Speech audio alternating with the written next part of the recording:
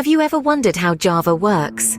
Or why it's one of the most popular programming languages today? Let's get into it. Java, a versatile high-level programming language, is the go-to for building a wide variety of applications, from web and mobile to desktop and enterprise systems. Developed by Sun Microsystems, now a part of Oracle Corporation, Java's claim to fame is its platform independence. This means that Java programs can run on any system equipped with a Java Virtual Machine, or JVM. Thanks to this write once, run anywhere philosophy, Java has carved a niche for itself in cross-platform development. Now let's talk about some of the key features that set Java apart. Its platform independence, for starters, enables Java programs to operate seamlessly across different operating systems, without any need for modification. Java is also built on the principles of object-oriented programming, or OOP, which focuses on classes, objects, inheritance, encapsulation, and polymorphism. But that's not all. Java is known for its robustness and security.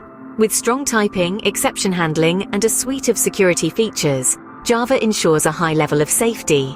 Furthermore, Java boasts a rich ecosystem replete with libraries, frameworks, and tools that support a wide range of applications. And let's not forget the large and active developer community that provides extensive resources and support. Now on to classes in Java.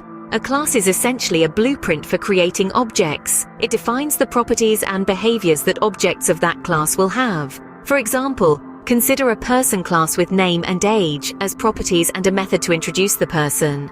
Java's object-oriented programming paradigm emphasizes encapsulation, which restricts direct access to an object's fields, and instead provides access through methods. This ensures data integrity and security. It also promotes inheritance, allowing a class to inherit properties and behaviors from another class, which in turn promotes code reuse. Polymorphism enables objects to be treated as instances of their superclass, allowing for more flexible code.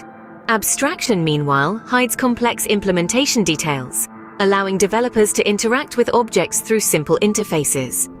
Now that we have a grasp on what Java is and its key features, let's delve a bit deeper and explore the concept of classes in Java.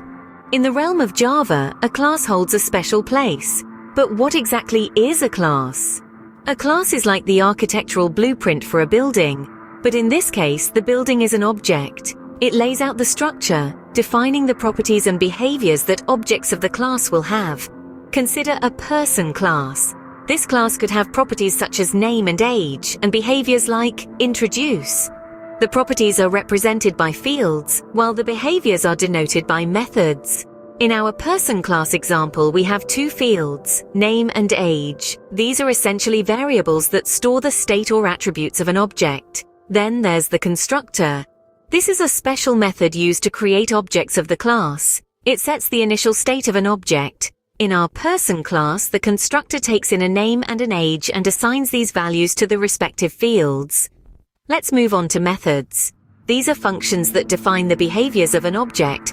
In the person class, we have a method called introduce.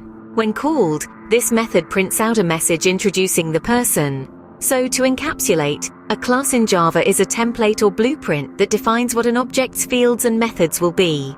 When we create an object of the class, we instantiate it with the properties and behaviors defined in the class. This object-oriented approach allows us to create modular code that's easy to maintain and reuse. Each class is responsible for a specific task, encapsulating the data and methods that pertain to it. But as you can imagine, in a large application, we could end up with a lot of classes. And that's where the concept of packages comes into play. A package in Java is a way of grouping related classes and interfaces together, similar to how you might organize files into folders on your computer. So, a class is a blueprint for creating objects, with its own properties and behaviors. But what happens when we want to organize these classes? That's where packages come in. Imagine having hundreds of classes. It would be a nightmare to manage them all without some sort of organization, right? This is where Java packages come into play. Packages in Java are akin to folders on your computer. They're used to bundle related classes, interfaces, and sub-packages together, providing a tidy structure for your code. Think of a package as a namespace that organizes a set of related classes and interfaces. Much like how you might organize files into different directories on your computer, you can organize classes into different packages in Java. This helps to prevent naming conflicts and makes your code easier to manage and understand. Creating a package in Java is straightforward.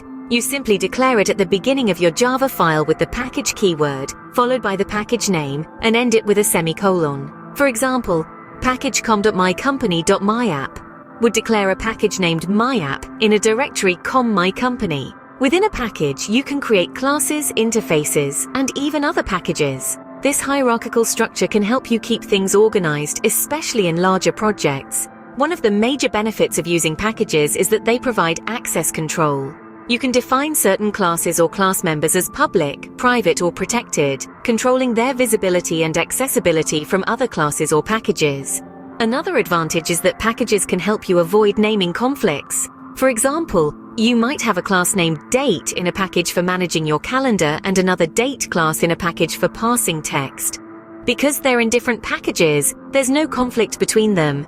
In addition, packages make it easier to locate and use classes. When you want to use a class from another package, you can import it using the import keyword, followed by the package name and class name, like so, import com.mycompany.myapp.myclass.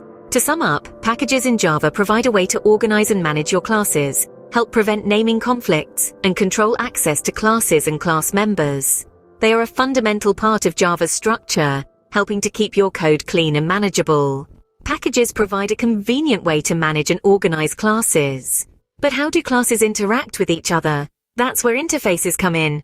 Interfaces in Java are somewhat like contracts, but how exactly do they work? Let's take a moment to delve into this. At its core, an interface is a reference type, similar to a class that can contain only constants, method signatures, default methods, static methods, and nested types. They offer a structure that guarantees a class will implement certain behaviors. Consider them as a checklist for your classes.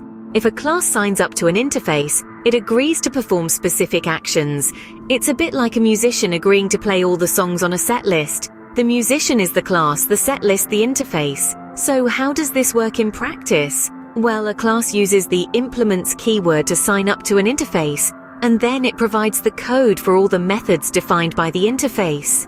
If it fails to do so, it's akin to our musician forgetting a song. It just won't work. But why are interfaces important? They provide a way to achieve abstraction and polymorphism. Abstraction, as we've mentioned before, is about hiding complex details and providing a simple way to interact with objects. Interfaces help with this by specifying what a class should do, but not how it should do it. Polymorphism, on the other hand, is about treating objects as instances of their superclass. With interfaces, you can treat objects based on the behaviors they've agreed to perform, not what they inherently are. It's like appreciating our musician for the songs they can play, not the instrument they play it on. Here's a quick example to illustrate. Suppose we have an interface flyable with a method fly. Now, both bird and airplane classes can implement this interface, even though they are fundamentally different. But because they both agree to the fly method, we can interact with them in the same way when it comes to flying. So interfaces provide a way for classes to interact while maintaining a level of abstraction. This brings us to the end of our introduction to Java. We've covered a lot of ground today, haven't we? From the basics of Java to a deep dive into classes, packages, and interfaces, we've explored the vital components that make Java a powerful and versatile language. Let's take a moment to recap the key insights from our journey. Java, as we discussed, is a high-level, general-purpose, object-oriented programming language renowned for its platform independence, robust security, and rich ecosystem. Its write-once, run-anywhere philosophy underpins its universal appeal, enabling developers to create applications for a wide range of platforms. Next, we delved into Java classes, the blueprints for creating objects. We learned that a class defines the properties and behaviors of an object. It consists of fields, which store the state or attributes of an object, and methods, which define the actions an object can perform. A special method known as the constructor is used to create and initialize objects. We then explored Java packages, which are namespaces that organize classes and interfaces. Packages help to avoid naming conflicts and make it easier to locate, use, and manage classes and interfaces. They play a crucial role in building scalable and maintainable applications. Our journey also took us to Java interfaces. which are contracts that define a set of abstract methods that classes can implement. Interfaces support multiple inheritance and polymorphism, enhancing code flexibility and reusability. Finally, we touched on the core principles of object-oriented programming in Java, namely encapsulation, inheritance, polymorphism, and abstraction. These principles guide the design and structure of Java programs, fostering code that is robust, maintainable, and scalable. With these basic concepts under our belt, we're well on our way to mastering Java. Remember, practice makes perfect, so don't hesitate to get your hands dirty and start coding.